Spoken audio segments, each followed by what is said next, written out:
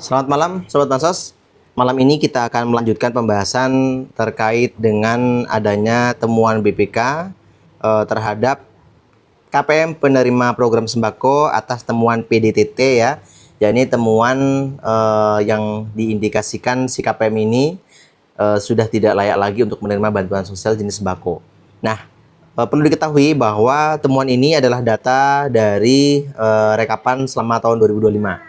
Sehingga baru sekarang inilah temuannya digulirkan dan ini nanti akan disurvei data yang bersangkutan apakah benar-benar seperti yang dinyatakan oleh BPK ini. Nah, data-data tersebut itu kemarin sudah kami share ya secara rekapan wilayahnya per provinsi, per kabupaten kota seluruh Indonesia dengan jumlah KPM-nya.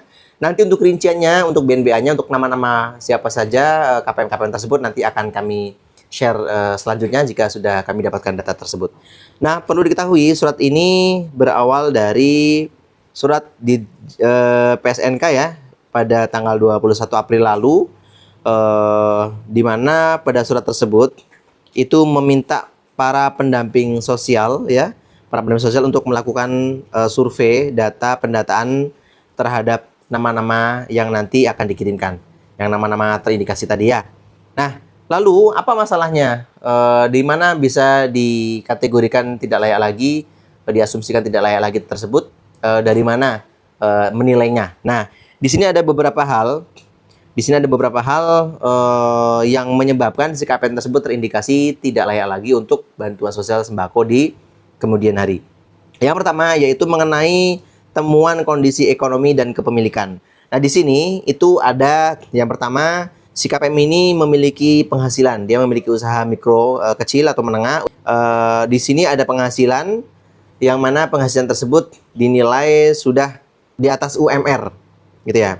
Kedua, si KPM ini terindikasi sudah ASN atau si KPM memiliki keluarga yang berada dalam satu kakak yang sama itu yang sudah ASN, baik itu melalui jalur PNS maupun P3K. Lalu yang ketiga, si KPM atau keluarga yang berada dalam kakak yang sama dengan si KPM ini telah mengikuti atau memiliki sertifikat guru ya, yaitu sertifikasi. Nah, ini yang bagi teman-teman mungkin yang profesinya, bagi para KPM yang profesinya itu mungkin mengajar, guru gitu ya, atau family keluarganya yang berada dalam kakak yang sama, itu ada yang guru dan sudah mengikuti sertifikasi, ini juga terindikasi. Lalu yang keempat ini adalah PLN, di mana daya listrik di sini itu berpengaruh. Seperti yang pernah kami sampaikan untuk ground checking DTSEN, itu untuk yang PLN-nya daya volt ampere-nya itu di atas 2200 itu juga akan kena. Ya, masuk dalam resiko tinggi. Itu tadi yang bagian A, kemudian yang poin B-nya itu kondisi transaksi dan distribusi KKS. Karena kondisi transaksi dan distribusi KKS tersebutnya. Yang pertama itu mungkin tidak transaksi. Ya, tidak transaksi ini apa alasannya? Apakah si KPM ini karena sudah meninggal, tidak ada yang tahu gitu ya, sehingga uang yang menumpuk tersebut bansosnya itu tidak dilakukan transaksi. Atau si KPM ini ada kendala-kendala tertentu, atau si KPM ini sudah tidak lagi butuh uang bansosnya. Nah, ini yang kemudian menjadi temuan sehingga perlu dicek ke lapangan. Lalu yang kedua itu adanya keterangan tanda tangan yang tidak sesuai. TTD yang tidak sesuai di mana antara KKS dengan buku tabungan. Jadi si KPM ini penerima bansos sembako tersebut pada saat pendistribusian KKS atau butab tadi tanda tangan si KPM dengan tanda tangan yang ada di buku tabungan ya.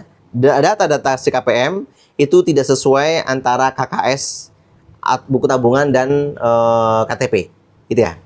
Lalu yang ketiga atau yang bagian C itu ada variabel lainnya seperti kepemilikan rumah itu milik sendiri atau sewa, kemudian kondisi rumah yang itu sudah terindikasi jauh lebih baik rumahnya ya, sudah permanen dan ada yang terindikasi rumahnya sudah bertingkat juga. Lalu pekerjaan si KPM ini maupun kepala keluarga yang pekerjaannya ini sumbernya dari APBD, APBN atau UMR, kemudian jenis usaha, pekerjaan atau ada usaha lain dari si KPM ini ya, yang mana usahanya ini dalam bentuk sudah menerbitkan CV, PT, bahkan sudah ada NIB-nya.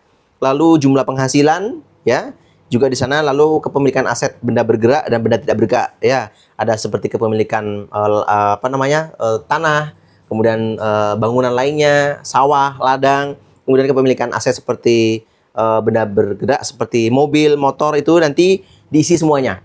Ya, diisi semuanya di sana. Nanti akan dicek ya, setelah disurvei nanti akan dicek dan itu nanti akan menjadi semacam klarifikasi dari sikap yang bersangkutan. Jika ternyata seperti yang dituduhkan ini sikap yang benar-benar adanya seperti itu, maka kedepannya sikap ini akan dinonaktifkan kepesertaan bansos sembakonya. Akan tetapi jika sikap ini ternyata tidak seperti yang dituduhkan, tidak seperti yang terindikasi di sini, maka bisa jadi untuk bansosnya akan tetap lanjut. Nah, apakah ini berpengaruh kepada Desil? Sangat berpengaruh karena nanti penelitian ini atau verifikasi dan validasi penelitian ini nanti akan mempengaruhi angka Desil teman-teman sobat bansos kalian ya. Ini sama seperti pembaruan data DTSEN atau pemutakhiran data.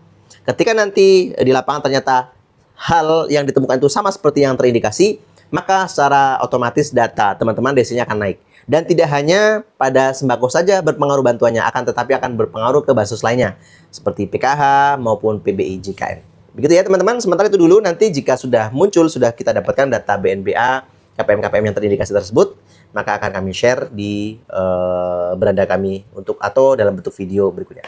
Semoga ini dapat bermanfaat dan terima kasih sudah menyimak. Salam sosial.